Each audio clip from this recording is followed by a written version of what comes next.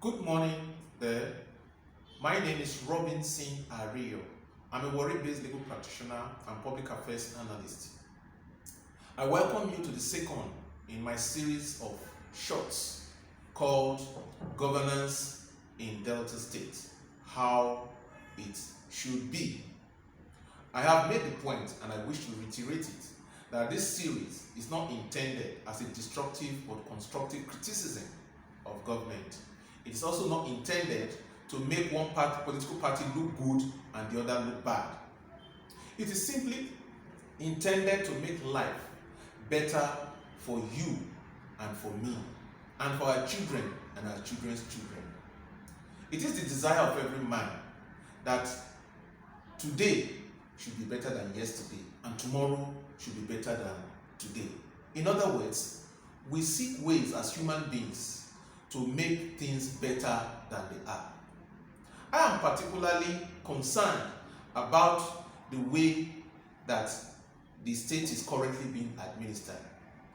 I will take some aspects and discuss them and provide some suggestions on the way forward. In the history of Delta State, the current administration has perhaps the highest number of PAs, SAs, SSAs, and whatever. However, the question needs to be asked: do we require this number of PAs, SAs, and EAs to be able to more effectively deliver the dividends of democracy? In our attempt to empower the populace, is it only by appointment of PAs, SAs, and EAs that we can do this?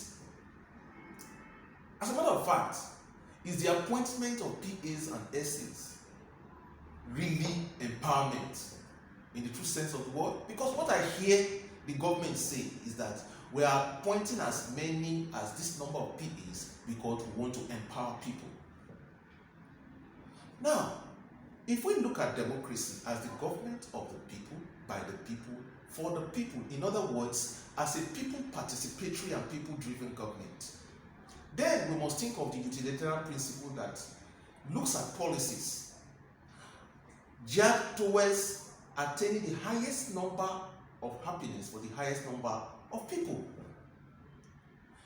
If you calculate the resources we expend on these PAs and SAs, just imagine, by our last count, our projection is that we have about 3,000 of these. If each takes home between 250,000 and 300,000 per month for 8 years, I'm sure your calculator will be incapable of calculating it. The point I'm making is that the costs of governance, in the name of empowerment, in the name of carrying people along, is too much, and it is the opportunity cost for making a lot of people unhappy on the streets. What therefore could we have done by rationalizing the number of PAs, SAs, and EAs that we have? Let me give an example. Most of these government officials travel from Asaba to Warri.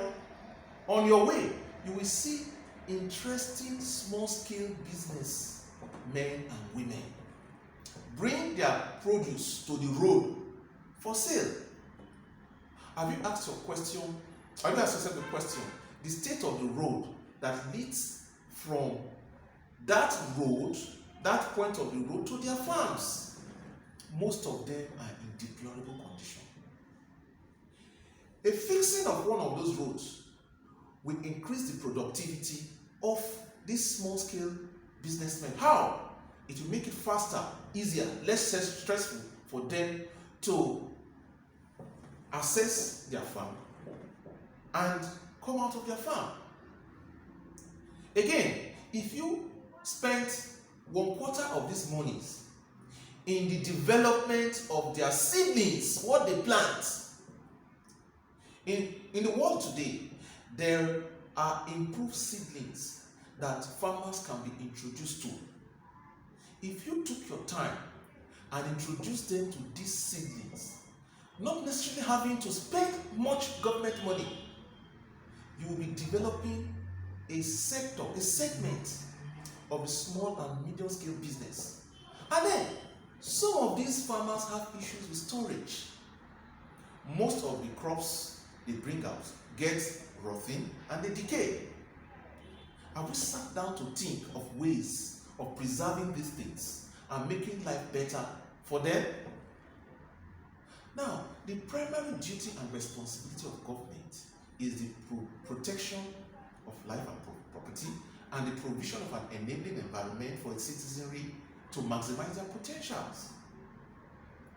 If we design our mind, if we shape our mind to think of what people, the market system there, the reason why it is at this level of low productivity and what we can do to raise it, and we spend money on that, that will be much more impactful and sustainable in development than appointing 3,000 PEs and SDs. Let's not forget that before now, things were better in Delta State and indeed Warri.